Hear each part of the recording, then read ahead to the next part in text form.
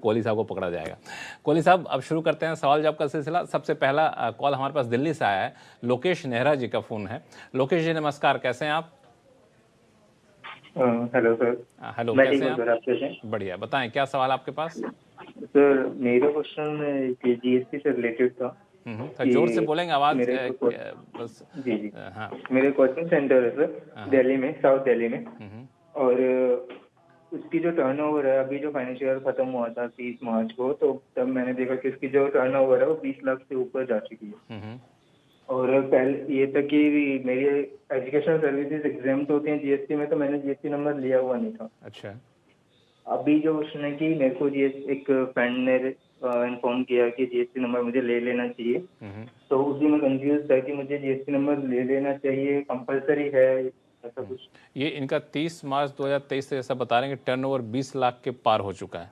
अब GST registration लेना चाहिए। इनको ऐसा है कि एजुकेशन प्रोवाइडर है तो हम नहीं दें, जरूरत नहीं है। जी हाँ लोकेश जी, देखिए ये बात सच है कि एजुकेशन पर जीएसटी नहीं है, परंतु बहुत ज़रूरी है कि जो कोचिंग सेंटर्स हैं, जो मतलब सिर्फ यूनिवर्सिटी, कॉलेजेस, स्कूल्स, ये एजुकेशन में एग्जाम्प्ट आते हैं, पर जो ये निजी कोचिंग है, जो प्राइवेट कोचिंग जिसको हम कहते हैं, ये जीएसटी की दायरे से बाहर नहीं रखा गया है।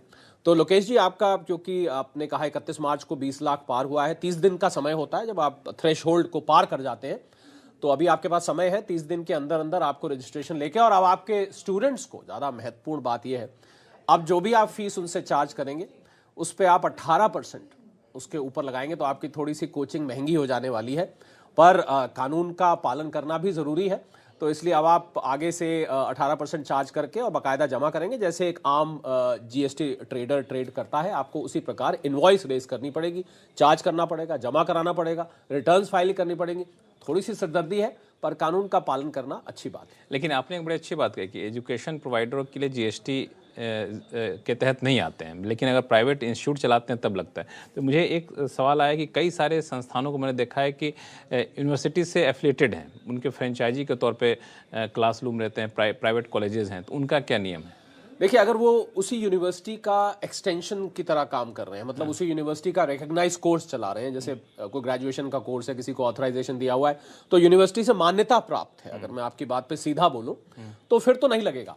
पर अगर प्राइवेट कोचिंग है, लोकेश जी के बात से लगा है, कोई प्राइवेट कोचिंग हो सकता है, इंजीनियरिंग की, मेडिसिन की, तैयारी कराते हैं, चार्टर्ड अकाउंटेंसी की, किसी चीज की कोचिंग देते होंगे, तो वो क्योंकि अगर मान्यता प्राप्त होगा यूनिवर्सिटी से फिर नहीं लगेगा। पर अगर प्राइवेट है और कोचिंग है, तैयारी करा रहे हैं कॉम्पिटिशन एग्जाम्स की, तो लोकेश जी अब आपके ऊपर जीएसटी लगेगा। पर लक्ष्मण, इसमें अच्छी बात ये देखेंगे लोकेश जी, एक बड़ा कोचिंग सेंटर है, ये भी एक इंप्रेशन लोगों को मिलता है बिल्कुल। और मुझे लगता है कि लोकेश जी के सवाल के जवाब देने के साथ कई ऐसे लोगों की शिकायतें दूर हो गई, जो मुझे कई बार मैसेज करते थे कि आप जीएसटी के सवाल काफ़ी आखिर में लेते हैं, आप बहुत कम लेते हैं, हमने शो की शुरुआत में जीएसटी जुड़ा सवाल ले लिया। तो अब इस दिक्कत होनी चाहिए, आप लोग सवाल भेजिए, जवाब हम लोग देंगे शो में और प्रमुखता के साथ देंगे।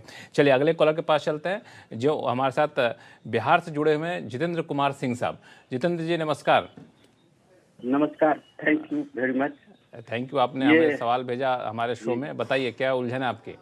लक्ष्मण जी और कोहली जी को मेरा नमस्कार। नमस्कार। और कोहली जी जो बराबर टैक्स की उलझनों को आसान भाषा में समझाते रहते हैं, इसके लिए भी धन्यवाद। थैंक यू जी। मेरा प्रश्न है जी। हेलो, हाँ जी, बताएं, आपकी आवाज आ रही है, क्या सवाल है आपके?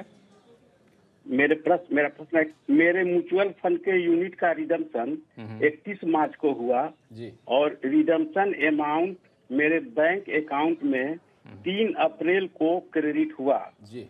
तो कैपिटल गेन किस फिनेंशियल ईयर में दिखाया जाएगा?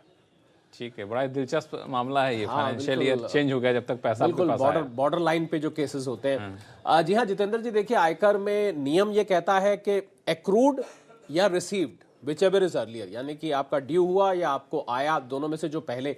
तो क्योंकि आपका 30 मार्च को आपने कहा या 31 मार्च को एक्रू हो गया था, तो वो पिछले साल में ही जाएगा, मतलब जिस साल को 31 मार्च को वो साल खत्म हो रहा है उसी साल में उसको माना जाएगा, उसी साल में आप उसको लीजिए। और मैं उम्मीद कर रहा हूं कि आप जब उसका अगर इक्विटी म्यूचुअल फंड है तो आप सेक्शन 112A का भी बेनिफिट 1 लाख का ले रहे हैं। अगर डेट म्यूचुअल फंड है, लॉन्ग टर्म है, 31 मार्च तक तो आपको पता है उस पर long term capital gain benefit भी मिलता है, वो सब आप ले, पर ये जाएगा 31 मार्च से पहले ही, रिसीव भले ही कभी भी हुआ।